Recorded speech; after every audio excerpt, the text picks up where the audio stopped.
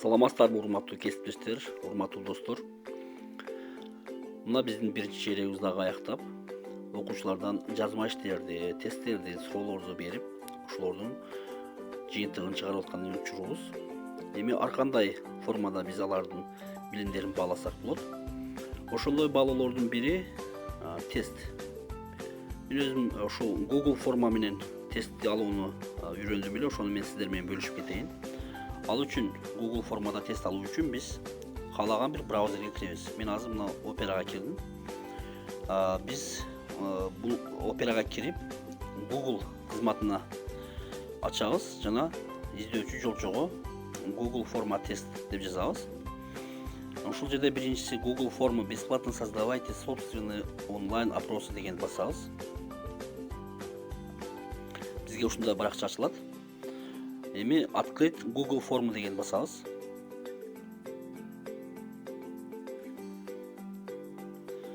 Мына бизге азыр тест түзүү үчүн баракча ачылды. Эми бул жерде муну тест катары аткарыш үчүн биз настройкадан муну биз оңдоп алайлы. Ал үчүн мына ал жерде 3 чекитти басып настройкага киребиз. Жана тест, муну тест экендигин белгилеп коебуз мындай. Ошондо окуучулар тест катары аткарышат. Сохранить басабыз. Эми новая форма. Азыр биз кайсы предметтен тест түзө турган болсок, ушул жерге ошонун темасын жазып койсок болот. Новая формага мен табияттануу деп коеюн. Табияттануудан тест түзүп окуучуларга жөнөтөбүз.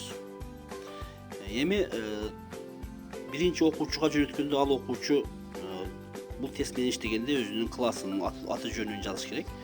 Ошон үчүн биз мына биринчи вопрос без заголовка деген жерге окуучунун аты жөнү деп жазабыз.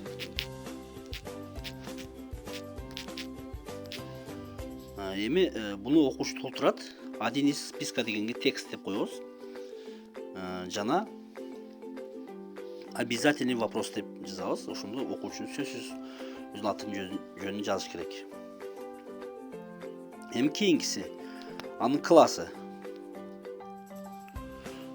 Бул жерге классы деп коебуз. Канчанчы класс экени? А классбы, Б классбы?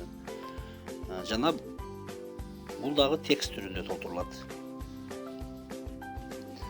Эми суроолорго өтөбүз. Биринчи суроо. Бул жерге суроодун өзүн жазабыз. Мисалы, табияттануудан мындай суроо жазсак болот.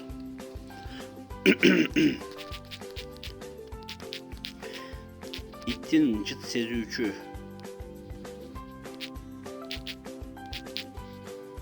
рецепторлору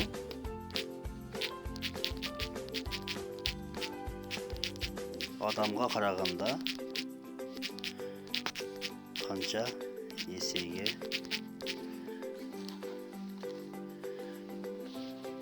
көп? Суроо жаздык. Эми биз бул жерге вариант жазабыз. Биринчи вариантка 2 эсе деп коелу.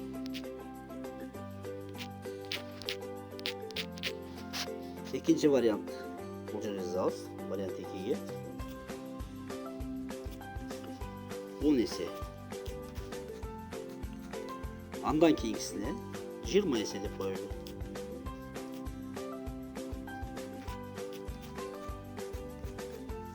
Андан кийинкисине 4 эсе.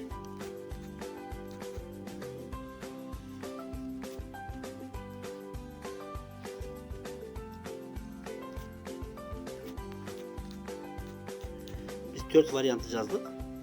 Эми астында көк түстөгү галочканы басабыз. Жана бул суроо үчүн канча балл туура жооп берсе. Туура жооп берсе буга 2 балл беребиз. Ушуну жазабыз жана туура жооп белгилеп коебуз. Мына 20 эсе деген туура жооп. Жана готово дегенди басабыз. Биздин мына биринчи сурообуз даяр болду. Демек, эми экинчи суроого өтүү үчүн мына астындагы плюс баскычын басабыз. Жана сурооду жазабыз. Тилдин кайсы бөлүгү ачууданды сезет?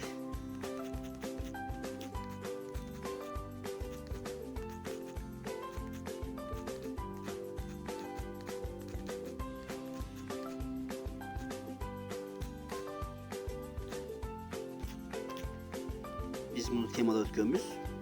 Kaysı bölügü açıldığını sezişin. Hem tura cevapları varyantlarını beremiz. Birinci varyant uçu. İkinci varyant tübü. Üçüncü varyant ortos.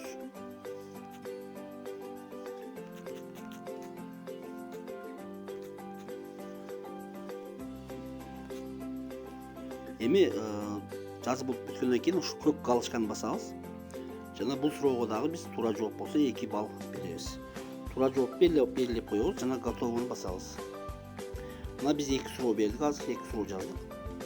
Эми дагы бир суроо түзүп кое берели. Дагы плюс басабыз. Мына сурооду жазабыз.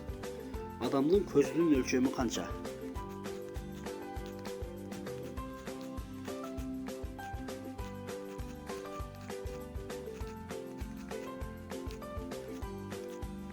Adamın gözünün ölçümü kanca. Emin varyantlar çizeriz. Birinci varyanta 2,15 cm.